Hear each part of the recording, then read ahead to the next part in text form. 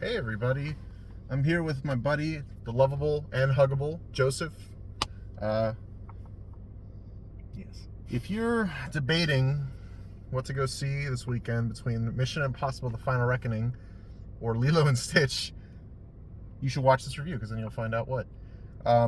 If you want to see the new Lilo and Stitch, here's what you do. You go to Disney Plus, you put on the original Lilo and Stitch, and then you smear dog shit all over your screen. Then that's how you can watch the new Lilo and Stitch. Why is the screen so fucking low? Hold on, everybody. Technical difficulties. All right. And you do know that's a kid's movie, right? All right. Technical difficulties out of the way. Yeah. So we saw the new Mission Impossible: The Final Reckoning. It was supposed to be called Dead Reckoning Part 2, but now it's not. So now there's just a movie that exists called Dead Reckoning Part 1, and there's no Part 2 to that, which is kind of funny. They did this. I think they changed the title after that. Maybe just left it. But like in the movie, it says Part 1, like in the title sequence. Okay. They did the same thing with Wicked. At the beginning of Wicked, it says Part 1, but the second Wicked's called Wicked for Good. So I haven't seen it. I mean, it's just weird. Never will.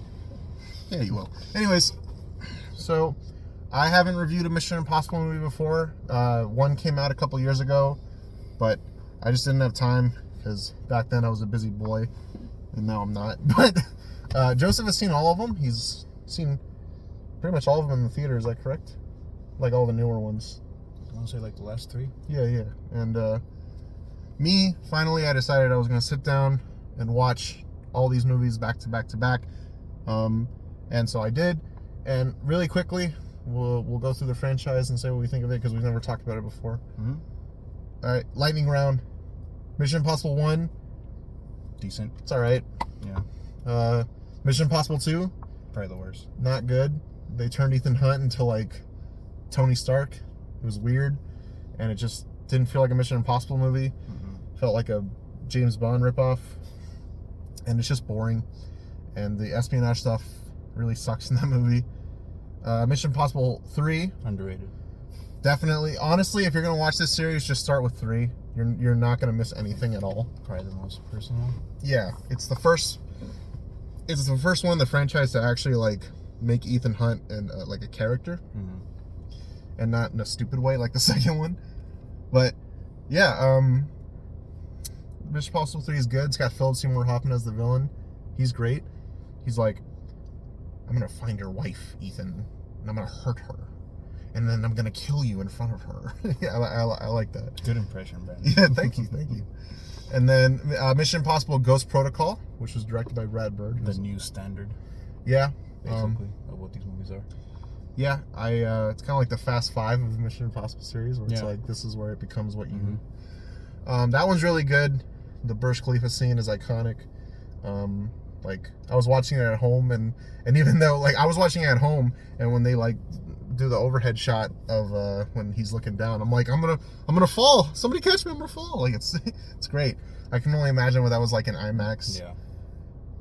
And then Ghost Protocol is definitely one of the better ones. And then Rogue Nation. Good. It's good. It's a bit of a step down. You know, I was watching and I was like, this is good. Middle tier of the franchise. It's not Ghost Protocol though. Yeah. You know what I mean? It's the first one of this director that goes on to direct the rest of the franchise. Christopher McQuarrie, yeah. Mm-hmm. It introduces Ilsa Faust. Has the opera scene, which I love. I think that scene's really great. The problem is it feels like the movie like has all the crazy awesome stuff in like the first half, so the rest of it kind of seems a little underwhelming by comparison. Don't put your best scene in the first scene of the movie. Yeah. It's like when you climax and then you're done and you're like, oh, I guess I'll go read. Anyways, the next one was Mission Impossible Fallout. The best of the series for sure, and that is still true. That movie's awesome. I love that film. It's like in terms of action and stunts and Henry Cavill's mustache. Crazy exciting. I watched that movie and I was like, fuck Justice League. I'm glad he didn't shave his mustache for this film. Justified. Fuck Justice League. I almost said fuck Joss Whedon. Actually, yeah, no, fuck Joss Whedon. That whole production. Yeah, no, Fallout is just it was the first one that I watched where I was like, I wish I saw this in the theater. Like, it's so exciting. It's got a great climax. It's like goofy, but it knows what it is. Mhm. It's like it's just full throttle, nuts to butts action. It's just incredible. The helicopter chasing at the end, man, I fucking like. The bathroom fight scene. Oh yeah, incredible. Henry Cavill doing this. A lot of great safe pitches, a lot of stunts, just all in general. Yeah, just, I mean, yeah, Fallout's great. Next was Dead Reckoning, which is my second favorite. I thought that movie was great. It introduced Claire, who I think, not Claire, what the fuck's her name? Grace. Mm-hmm. I called her Claire. Haley Atwell. Haley Atwell. And she's a great character. It introduces the villain of that movie and this movie, The Entity. Great value of Benjamin Bratt. Yeah. That's what it reminded me of. Yeah. The train sequence is great. That Dead Reckoning is really good, and I think it handles the cliffhanger ending better than like other movies I've seen do it, like Fast X. Did you see Fast X? Yeah. I thought Dead Reckoning 1 handled the cliffhanger way better, personally. Yeah, because he's driving off the Hoover Dam, blowing up. And then it's just like, all right, see you later. Also, Gal Gadot's here. Yeah.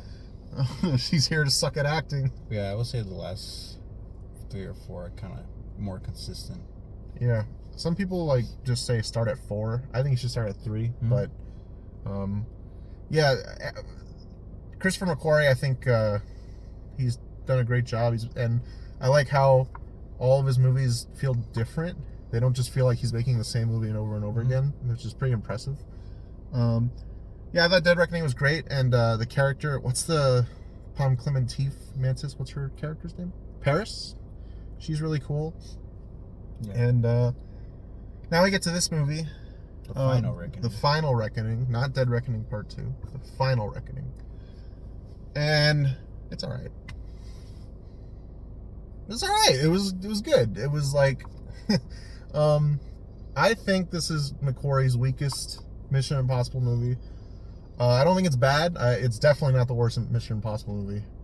Is it the best Mission Impossible movie? Fuck no. But there's still some really great sequences in this movie. I think the climax of this movie is awesome. It's exciting and thrilling, and you're like holding your breath the whole time. It's intense. I think it's one of the best climaxes of the series. But there's a lot that drags this movie down from being one of the best Mission Impossibles. But what did you think, Joseph? I think this movie was good. I don't know where I rank it in terms of the others, but still, like I said, pretty consistent. This movie's 3 hours long. It sure is. And I think after the title sequence, which was about 20 minutes in, Yeah. it starts to drag, but with exposition, because it's basically Ethan Hunt telling everybody the same thing over and over and over again, that of why he needs to fucking do what he needs to do, Yeah. and why the government doesn't trust him. Yeah. But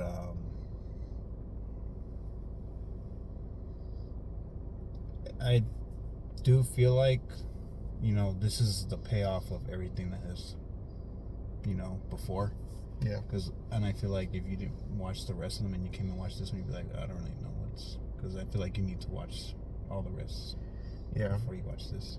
Yeah. There are so many callbacks in this movie to Characters and the first one, plot devices, the third one, pretty much all of them except the second one, which so I feel like that's why there's so much exposition in the middle before we get to the big set pieces of action. Yeah, this movie starts off really strong. Like the start is like, oh, this is all right. I'm in it. I'm ready.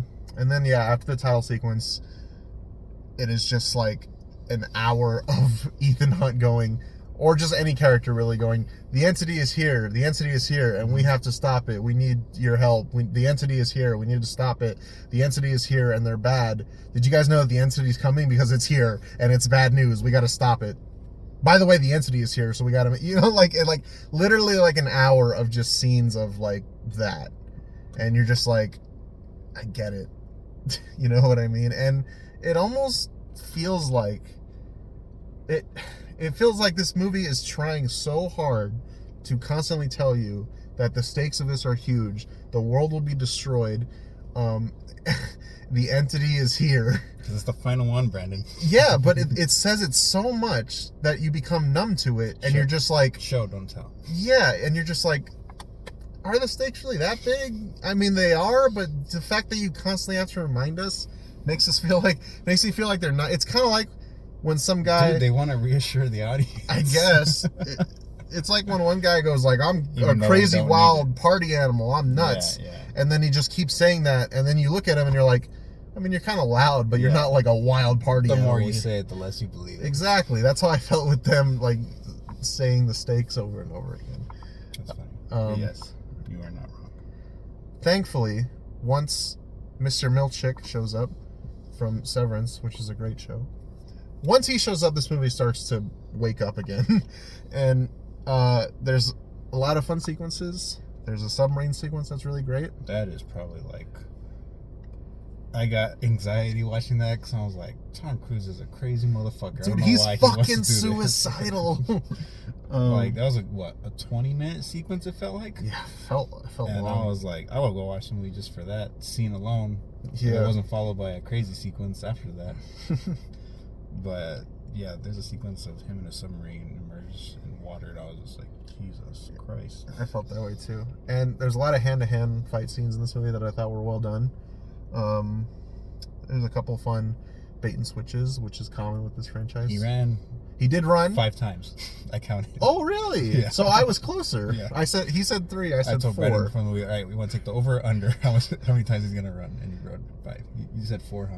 Yeah, I did say 4. I said 3. But neither of us got it exactly. You can never predict it. Another problem is Gabriel's a pretty weak villain, but let's be real, Mission Impossible doesn't. Other than Philip Seymour Hoffman, none of the villains are really. I like the villain from Rogue Nation. He's fine, I guess. Because he was also in Fallout, I guess. Yeah. Gabriel's like whatever. He does his job. You want to see Ethan Hunt kick his ass. And I guess that's all you really need. The end of his character was so underwhelming. Yeah, that was like stupid. His last scene in this movie is okay. I was like, whatever. But yeah, Benji fucking stepped up this movie. Benji really he's been like my number great. 1 character in the whole franchise. I love Simon Pegg, and he's great in this movie. He is, yeah, he gets a lot to do, and he really gets to shine. Kind of becomes a leader. Yeah. I think some characters, like I felt like Grace and Paris both shine more in Dead Reckoning than in this one. Yes. But they weren't bad in here. They didn't feel like wasted space. I was so glad they were here and they served their part. Some characters have nothing. There's a scene in this movie where one character says, I don't really have anything to do here. He literally says that. And I'm just like, I volunteer to die. Exactly. I'm like, why are you here? But yeah, overall, before we get into spoilers, I thought this movie was good. I think the climax is great, and I want to do a public service announcement. I would say, after the opening credits, if you need to go to the bathroom, go to the bathroom. You're not going to miss anything. All you're going to miss is Ethan Hunt saying, the entity is here. That's all you're going to miss. Go to the bathroom. I didn't go to the bathroom the whole movie. I saw the whole movie. You'll miss nothing. You can go to the bathroom during any scene where Ethan Hunt is talking to a group of people in a room. Pretty much. Yeah. So I guess we're gonna know spoilers. Yeah. 7 out of 10. I'd give it a low 7. It's closer to a 6 than an 8. But yeah, I'd also give it a 7. I thought it was enjoyable. First big spoiler: Ving Rhames, Luther, he dies. I kind of saw that coming. He's been less and less in these movies as the series goes on. I think Ving Rhames has the easiest paycheck ever. He just shows up, sits in a room, says, Ethan, go here. Ethan, do this. Ethan, do that. And then he collects his check and he goes home. Well, I respect that. But yeah, he dies in this movie. It was a nice scene. They don't really show his death, so at first I was like, if they don't show the body, they ain't dead. But he's dead. The fact that he's in this and not Lilo and Stitch is funny. That is kind of funny. His voice bubbles. Oh, in the yeah. animated. Yeah, that's interesting. Anyways. No, that's cool. That's cool. Is Bubbles in the new one? I think so. I think it's just a different actor. What's Gansey's not? Yeah, the shark. Yeah, that's weird. He's kind of a crucial character. Yes and no. He's kind of only there in the beginning. He's there at the end. He's like, yeah, but not towards the middle. What's the climax of the end gonna be? I guess I'd have to watch it to find out. But There you go. fuck. Yeah. So yeah, Ving Rhames dies, and then they bring back that one guy from Mission Impossible 1 who was in the room where Ethan stole the. I don't fucking remember. He the guy that walked in and the knife was on the desk. Yeah, and he was like, ooh. Yeah, iconic scene of the first one, basically. Yeah. Where he's on the rope. Yeah. He's back. He plays a fun role. He's there. And the son of John Voight's character. Yeah. Is in this as well. Well, he was in the last one, but in Yeah. this one they reveal that he's John Voight's son, Mm-hmm. which I don't really care. I don't really care about the dad There character. was a lot of callbacks to previous. Were we supposed to care who the president's son was? Angela Bassett's. I guess just so that like the president has like a personal involvement in the story. So it's like, oh, she has a son. She doesn't want the world to get blown the up. son wasn't mentioned in a previous one, right? Nah, but I mean, Missing something. there's no reason to mention him. It's not like a. Okay. Yeah, Nick Offerman was in this movie. he did nothing. He got shot. He shoots a guy and then he gets shot and he goes, Madam "It's an President. honor." He said, "Madam President." He's Yeah. at first I was like, "Madam President," but then I was like, Yeah. "We've never had a." I guess that's what they would call him. Yeah. Yeah, I guess so. But yeah, It's never happened, so you don't believe it. yeah. Well, it's just that I was like, I guess I never thought about that. You wouldn't call her Mrs. President because it's. You could. I guess so. Miss President. Madam is more. Madam formal. is Madam President. Yeah. Is that like an actual thing? Like, did the U.S. ever say like if a woman president, like Mr. President, do they call her Madam President? I guess we'll never know. I guess I'll look it up later. But yeah. But this movie kicks into high gear once Mr. Milchick shows up. He's fun. There's a cool hand-to-hand fight scene. The submarine scene, which we talked about, was really cool. And the plane sequence at the end, really fun, really exciting, intense. You're just like, fuck. At one point, that motherfucker was flying the plane with his foot, trying That's to when I jump was onto like, another plane. This kicks ass. And you know what? The whole time I'm like, they actually did that? Because the way they shot it, he actually fucking did that. Tom Cruise. Fuck. And you know when Tom Cruise jumped in that freezing cold water, you know that shit was like he could have frozen to death in that water because he's just a crazy person. One of the things that makes the Mission Impossible series like so watchable is like you can just see how much Tom Cruise loves being Ethan Hunt. Just how much he's willing to go through just to entertain you. Yeah, how determined he is. Like that's like part of what makes this series so watchable. You know, it's fun to see like actors have a good time, and like you can just tell the actors are having a good time in these movies. Mm-hmm. And I just love how, like, this is gonna sound like an insult, but it's not. I love how cheesy these movies are. Like, they're so this is the series where you're gonna see that scene that people always like stereotype of like, all right, now you gotta cut the blue wire and the red wire and all that stuff. And the ending of all these movies is like so like 50s era like spy movie. Mm-hmm. And I love that we're still getting movies like that. It's just, it's great. And the plane sequence was not my favorite climax. I still think Fallout is the best climax with that helicopter chase. Still impressive to just fucking Oh, watch yeah, him yeah, do yeah. it, but yeah. Yeah. And then the movie ends with everybody happy. Ethan Hunt sees all of his friends in like an area, and he looks at them and he's like, ooh, Good job. good job. And then he walks away. So this movie is called The Final Reckoning. Going into it, I was like, this is probably the last one. Tom Cruise is pretty old. Were you expecting Ethan Hunt to die, Dan? No. I wasn't expecting him to die. I wasn't even expecting him to retire. I was just expecting like something like with like finality to it. Mm-hmm. Or maybe they could have ended it with like a feeling of like, hey, like these adventures will always go on. Kind of like how, you know, The Hangover 3 ended with them getting hung over again. Yeah, And it's like, oh, these adventures will always continue, even if we don't get to see it anymore. Mm. I was expecting an ending like that. They kind of did that. I guess so. Gave you a wink that like. But it like, again.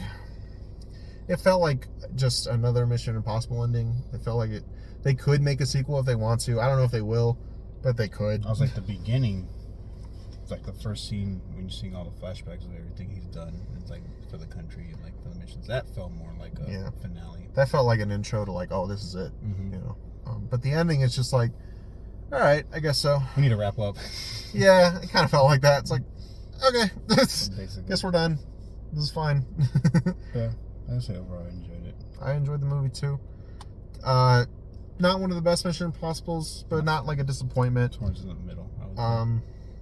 But yeah, just remember, if you see this movie after the title sequence, if you need to piss, go take a piss, and you'll miss nothing. If you're gonna go see this, go see it on the biggest screen. Yeah. Cause yeah, that submarine sequence and the airplane sequence. Yeah.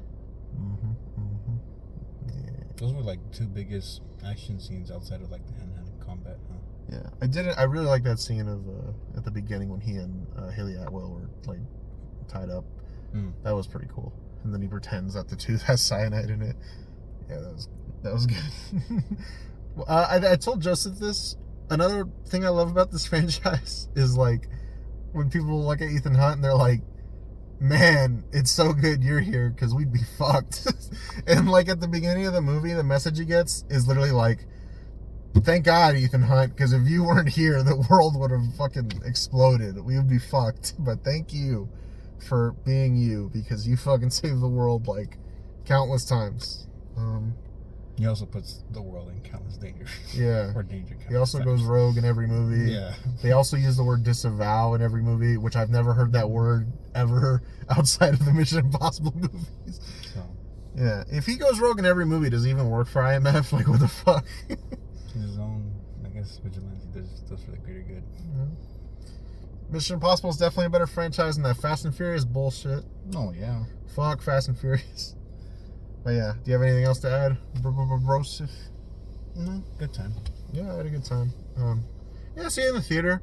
Just like, if you're feeling bored in the first hour, just know there's something good waiting for you at the end. So don't be discouraged. Just some exposition you gotta get through. Yeah. The entity is here. Just remember that. But yeah, thank you all for watching. I'm not saying Karate Kid. Fuck that. I don't know what I'll see next. Yeah, I'll see you guys later. Joseph's hair looks good, doesn't it? What a handsome young lad.